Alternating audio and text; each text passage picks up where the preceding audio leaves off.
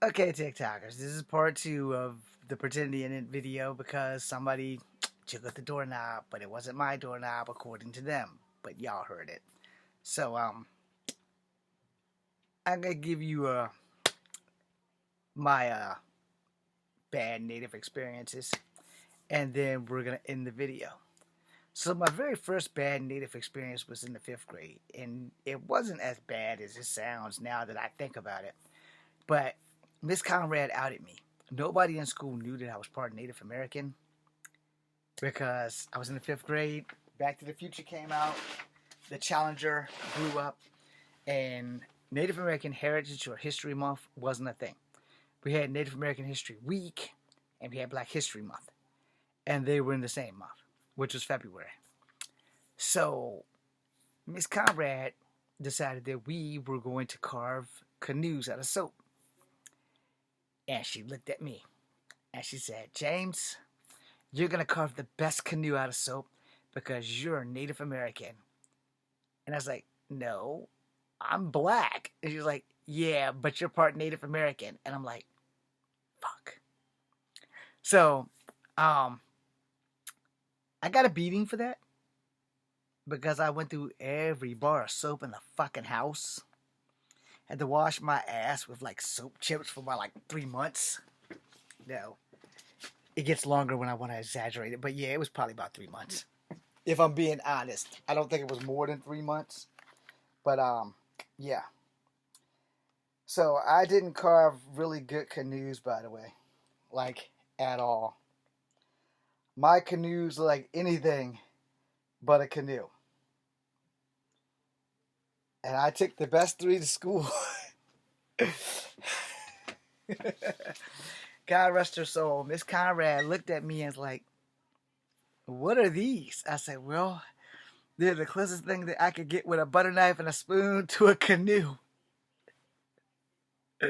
I wasn't allowed to play with knives at home. So I carved a fucking bar of soap into what would probably look more like a G.I. Joe raft, like an inflatable raft, versus an actual canoe. And that kind of started the downward spiral of my fifth grade year because all the kids, as I said in the other video where I explained Kimosabi because I never knew what the fuck it was, and they thought that I was Tonto. And they would do the Tonto dance around my desk, and they would call out and ask me what the fuck does Kimosabi mean, and I would tell them, "Dude, I don't fucking know what that shit is. I don't even think it's real." And they were like, "Sure, it's not real." So they were going around my dance, and I'm just getting mad, and then realizing there's not a damn thing I can do about it. Not a thing. But by the time we got to like the sixth grade, no one even remembered that shit. They just knew I was the half breed kid. That was it. Now, prior to them finding out, all through school, from first grade, kindergarten, it was always half breed this, half breed that. Susie Q, zebra, um, mixed guy, you know, and it was always, "You're not black enough. You're never going to be one of us." And that's been one of the things. And with white people, it was like, "You're never going to be white. And we can't tell you anything because you're going to tell all the black people our secrets." And at the same time, black people were saying the same thing. "We can't tell you anything because you're going to tell all the white people our secrets. We can't trust you." So just imagine growing up in the late 70s and early 80s, hearing this from both blacks and whites. There were no Native Americans in Charlottesville, like at all. So I didn't have a whole lot of representation. As a mixed kid, I was pretty much fucked on a scale from 1 to 10. But I got through high school with less jokes, unless someone would ask me something like, "What are you afraid of?" And I would like, "Oh, I hate horses." It's like, "But you're part Native American. How can you like hate horses?" And I would tell them, "Well, when I was 7 years old, I got bit by one. So yeah, I hate fucking horses. I'm not a fan of horses. I'm also dreadfully afraid of flying cockroaches because me and my dad had an adventure and we could not kill that motherfucker. And it was a big ass roach, yo. As big as my thumb, and the son bitch could fly. And it's the only roach he ever had in his house. We never had a roach before that day. We don't know how I got in there, but we never had one since that day, and we never had one before that day. But I killed it. No, I didn't. I thought I killed it, and I stomped it. I'm a kid. I'm stomping the fuck out of this damn thing, and it just wouldn't fucking die. So Dad comes in. He stomps it. He grinds it with his foot, and the bitch wouldn't die. So then we got Black Flag, Decon, Hot Shot, Raid. There's another one, but I don't remember what the fuck it was. And we pulled it on this motherfucker. And this son bitch wouldn't die. It literally got up and flew. And my dad slapped it down again. Grinded it with his foot. Boom. Set that son bitch on fire. And we heard it scream. It died. It fucking died. It took all that shit for it to die. And after that, I've been afraid of roaches ever since. Ever fucking since. I used to be afraid of heights. But we fixed that. Still afraid of crashing in airplanes. Not afraid to fly, just afraid of dying on an airplane. And I always tell people, if I get on an airplane and we die, I hope I go first. And I don't want to feel it. I just want to be gone. Wake up in heaven or hell. Anyway, my second bad Native American experience. Well, I'm going to say it was like my worst, probably. Charlottesville Cardinals wheelchair basketball. I used to film for them. Shout out to the Charlottesville Cardinals. So one day we had a tournament. Tournament was over, and we're gonna have this dinner. I'm talking to this hot Native American girl. I don't know what tribe she's from, and I hope she's doing well. And I hope her uncles are well. I have no ill will to them. I mean, the day it happened, I couldn't stand the bastards. But after, when you grow up, you kind of like mellow out a little bit. And I was in my 20s, and I think I was 23. And I think she was between 19, 20, 18 at the youngest. She's old enough that we could legally get married. So, me and her was talking. I was telling her how beautiful she was. And she had, I forgot what you medically call it, but one of her legs was shorter than the other. So, but that didn't stop me because she was beautiful. Didn't discriminate. Girl was beautiful as hell. So I'm talking to her, and I'm asking her about her and all that stuff. I don't remember her name, and that's probably a good thing for us both. And I'm like, yo, talking to her, and her uncles rolled up. One uncle rolled up and said, Now, I'm not familiar with sign language, but to me, that was more like, and she walked away.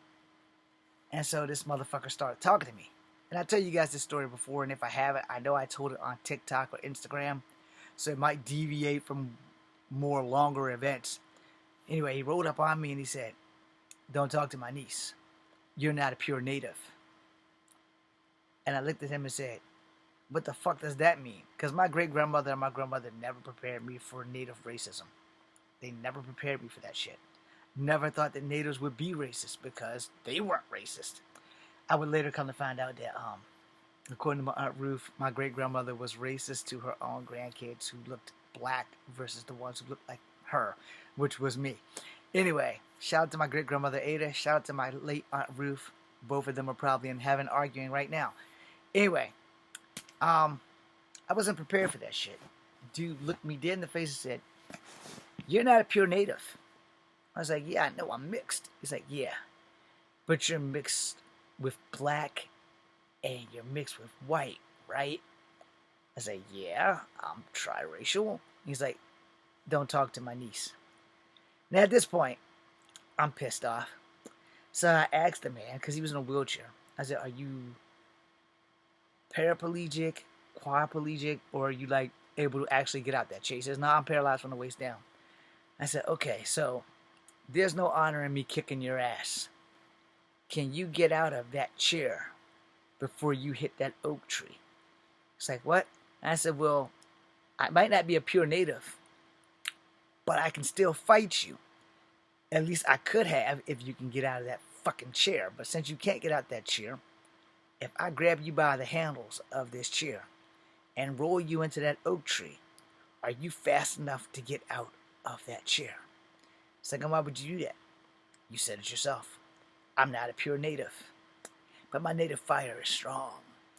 So he rolled off, and his brother rolled up. His brother I called Jan Brady, because apparently there were three men, and the little guy, the younger one, was Cindy, and then Jan Brady rolled up, and he starts arguing with me too, and says, in case my brother didn't say it the right way, you're not a pure native, and you don't talk to my niece. Now about this time, I'm pissed the fuck off. So I look at him and say, are you paralyzed from the waist down, or can you get out of this chair? He said, no, I'm honestly paralyzed from the waist down. I said, excellent. Do you think you can get out of that chair when I roll your ass in traffic? He's like, what? I said, hey man, there ain't no honor in fighting a man who can't stand up and fight. But if I roll you in front of that fucking truck that's coming up the street, ain't gonna be much more you can do to stop me from talking to your niece if you don't exist. He's like, damn. I was like, yeah, damn. So then he rolled off. Now, luckily, shout out to Court. That's a friend of mine who's the son of a chief. And he's half white, and he's half Mohawk. I have no idea where he is, and I hope that he's well.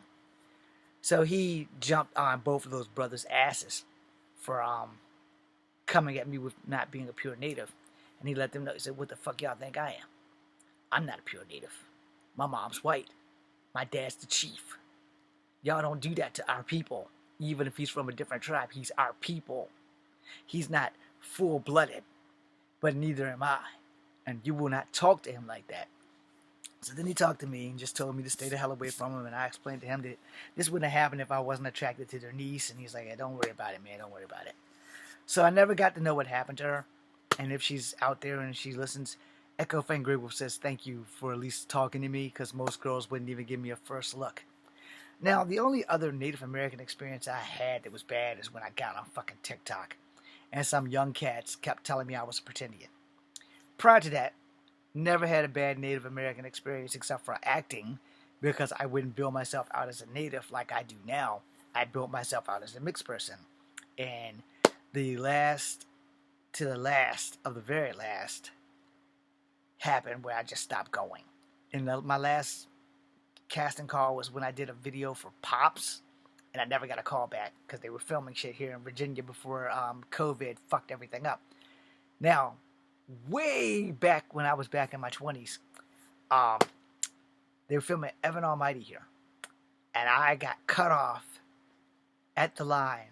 They cut off the guy in front of me. They cut the guy off right in front of him. And then the lady looked at me and she says, are you a Native American? I said, ma'am, I'm not a full-blooded Native American. So she goes, you're Native enough to pass. I didn't listen to her. My biggest regret is not listening to her and not carrying my ass down to North Carolina. I should have found a way. I should have called my dad. I should have found somehow or another to be in the movie Conquest 1492. And I didn't do that. And my words to her was, but I'm not a full-blooded native, and I want to be honest, and I want to be a mixed person. I want to represent people who are like me, who are mixed. In my defense, I pretty much fucked myself with that choice right there. And for 20 some odd years, I have been failing all of you. And I do apologize for that. But I'm not a full-blooded native. And though I may look native enough to pass, up until 2022, I was like, no, I'm going to be mixed. I'm going to stay mixed. And now that I still haven't had work and I'm 51, I'm like, you know what? I'm going to change my name to Echo Fan Grey Wolf and see where that gets me. I have nothing to lose. All I have is a world to gain. So to the 645 of you who are here, thank you for listening to my bad Native American experience. Oh yeah, I guess I should probably tell you about the TikTok. So in the TikTok episode, there were some young natives. They were yelling at me in the comments. They kept telling me I was a pretendian. I said, dude, I'm not a pretendian.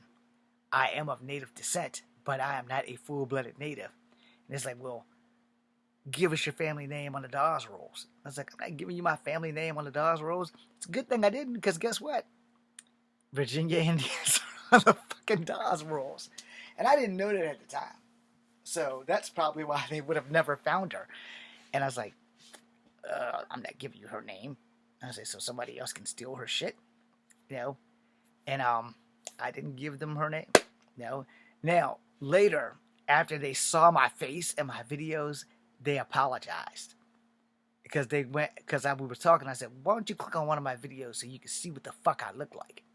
It's like, what? I said, yeah, you're the ones calling me a pretendian. Why don't you click on my video? Surprise, motherfuckers! I look just like them. I looked almost as close to them, and they were like full-blood natives. And they got back on this and said, "Oh yeah, we're sorry, man. We thought you were a fucking Wabo." I said, "Well, I'm not a Wabo, but I am part black." It's like, "You don't look part black." I said, "Yeah, but that does not change the fact that I'm part fucking black. I had a black grandfather and a quadroon grandfather." So they apologized, and that was the only really bad incident that I had on TikTok. I mean, that's it. Now, I will say I've had bad experiences on Facebook. Let me see if I can find these. Okay, hold on. I want to do that one because that's probably going to be some naked shit.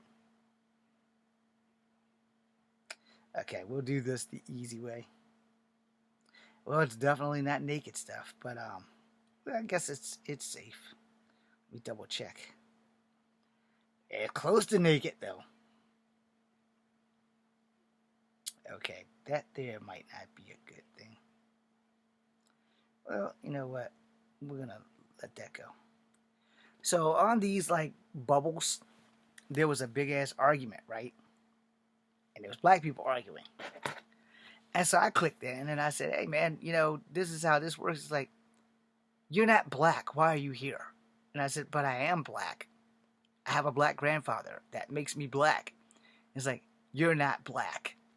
It's like, "But I am black." And they're like, "No, you're half black. This is a black space. You don't really have a place here." I said, "Let me get this straight. Since I'm part black and part native and part white, I don't get to talk about black issues." Now, if you've been here with me long enough, you can go back to all my archives and you can see some of the videos where I say, "I'm ashamed to be black because of this, because somebody did this." And then, "I'm ashamed to be white because of this, because I have white in me too." And, you know, I'm never going to be white. I'm never going to be safe in white spaces. I've learned that as a kid. You know, that's just not something that's going to happen. But I also know that I've never really been safe in black spaces. So, therefore, when I did those, "this makes me ashamed to be black," it was because black people did some shameful shit. And I also know that when I go into a store, it only takes one black person to fuck shit up. The problem is also that when I go in a store, unless they fucking know me, and in some cases they still know me, they think I'm a Mexican. So there's that. Also, for the record, I have been racially profiled 5 times since Trump's been in office. They just haven't racially harassed me. They haven't literally come over to me and started questioning me. But they're giving me that look like, "Yeah, that's a Mexican right there. We're going to keep an eye on that one." So yeah, that's pretty much the gist of it. Oh, by the way, for everybody who's not aware of this, Mexicans are also Native Americans. The only reason why they are not registered as Native Americans is because of borders. And the bulk of California, all the way around to New Mexico and Arizona and Texas and Nevada, and all the way down to like the Gulf of Florida, or the Gulf of Mexico and the Gulf of that part of Texas, all that shit was Mexican territory. All of it, before America was America.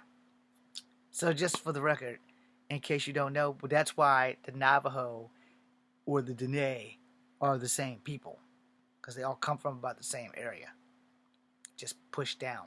So that being said, I'm Echo Fangry Wolf. This is Kung Fu Epic number 2. Be seeing you. If I can stop the damn video.